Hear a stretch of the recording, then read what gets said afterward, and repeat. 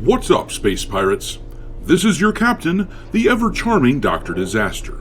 And I'm not sure who still needs to hear this, but Gearbox is an absolutely dog-shit company that deserves every bit of mockery that we can muster in its direction. You scum-sucking pig!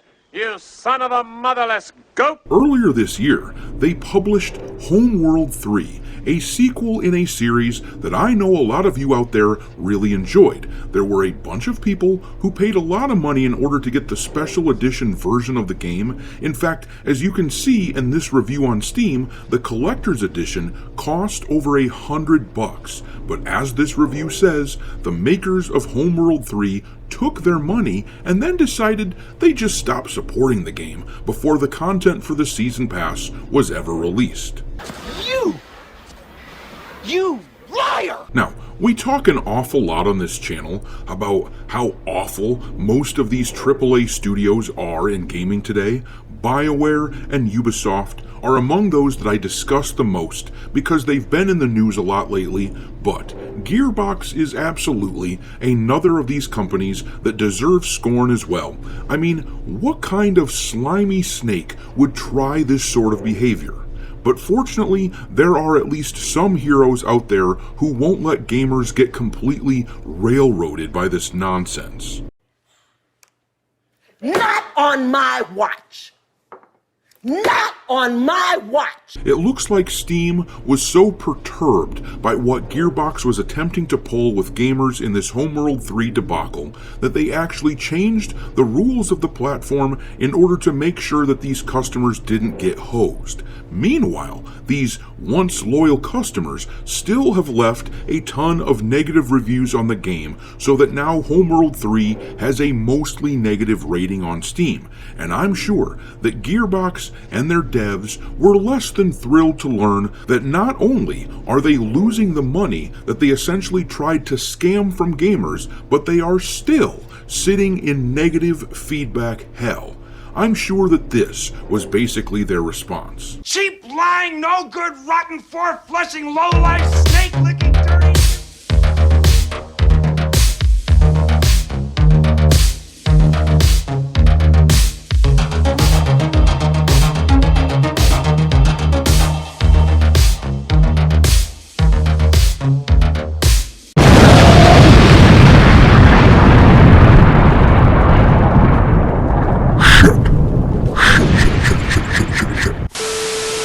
Alright, me hearties, make sure you like this video and subscribe to the channel if you haven't done so already, and also, don't forget to follow me over on Twitter or X, or whatever you want to refer to it as these days. I keep a list on there of games lousy with wokeness pinned to the account at all times for your reference. My handle over there is Dr. Disaster 1. Anyways, let's talk about this situation with Homeworld 3. Gearbox has been a company I dislike for some time now. Borderlands 3 and Tiny Tina's Wonderland were absolutely atrocious games that were clearly made for a modern audience. The writer of those games, Sam Winkler, is a hack who puts activism ahead of telling a story, and it really shows. He's also the sort of dung heap that sympathizes with Sweet Baby Inc., having leapt to their defense back in the spring when that whole debacle was first going down. So yeah, no love lost from me with that company, which published Homeworld. Anyhow, this tweet here from Twitter user Kita really lays out what we're looking at here. So, Steam changed their policy on Season Pass refunds because Homeworld 3 announced end of life? Thanks for the $100 Season Pass purchases, but you aren't getting anything, no refunds. And then it says, how badly do you have to screw up to make Steam change their rules immediately? And to be fair, this is one of the reasons that gamers love Steam so damn much, because Gabe Newell and the people that run Steam are not about to let gamers get railroaded like this. I mean, look at this review again. It's absolutely dripping with anger, justified anger I might add, and the people at Steam are wise enough to recognize that an unhappy customer like this is less likely to buy on their platform again. And that is the sort of thing that snowballs to other gamers as well. Word of mouth is a very powerful thing.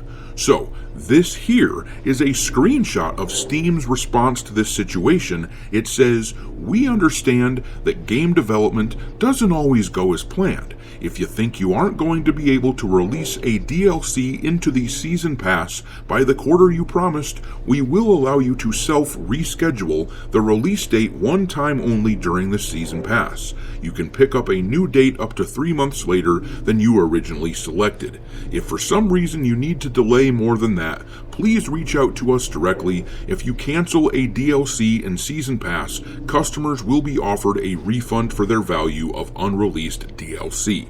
And then under that is a whole bunch of legalese explaining why this is allowed under their agreements, showcasing the pro-consumer stance that Steam has. They state that they will refund customers in these situations even if there is no complaint from that customer. Once again, this is why gamers love using the platform so much. They are generally protective of the people that use it and don't allow these studios to take advantage of us. Meanwhile, if you look at the Homeworld 3 page on Steam, things are not looking very healthy for them at all. They have got an atrocious 41% review score, which is not helped by the fact that they tried to screw the customers over. But even before that whole situation, people weren't too thrilled with this game.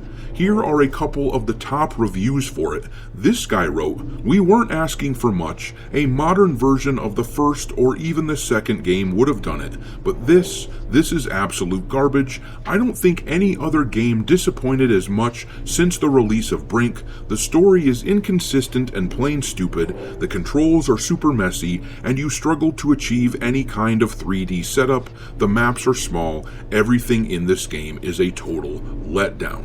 And then this person said, "Having played hundreds of hours with Homeworld 1, Cataclysm, Homeworld 2, I was really excited when news came out about Homeworld 3. Pre-ordered the collector's edition, the models are lovely, played the early access and was looking forward to the full release, but that is when the hype and excitement started to go away. The campaign is okay, not good, not great, but okay. Mechanics are clunky, ship pathing and larger fights a bit of a mess. Ships seem to die in 2 hits. Maybe the upcoming patch will fix this, but with the game basically being abandoned within a year of launch, I'm not sure I want to give it a try. Anyone who bought a season pass deserves a full refund if this goes through. Blackbird and Gearbox need to understand they will destroy their public image and the Homeworld franchise if they go through with this, rather than work to deliver the game they promised. If this goes through, I can confidently say myself, and I hope many others, will never buy a game from Blackbird again." And then if you look here, Homeworld 3 peaked at about 9,000 players when it came out about a half a year ago, so it was never the biggest release ever or anything like that in the first place. But now there are only about 100 players left. Just like with Ubisoft and BioWare, Gearbox is one of those companies that likes to bank on the big name IPs that they have in the hopes of tricking you into buying a subpar product. And then, once you've paid for it, they don't care if you like it or not, because they think they've already gotten your money and that's all there is to it. It says a lot about Gearbox that they didn't voluntarily offer refunds themselves, or at least I can see no evidence that they did. Fortunately, Steam was there to save the people from this nonsense, but I'm going to leave it there. Drop your contempt for the likes of Gearbox into the comment section below, and we will talk there. Thanks for watching, me hearties. If you haven't already, your captain is inviting you to subscribe to the channel and become a part of the crew. Life as a space pirate may not be glamorous, but there's always plenty of booty.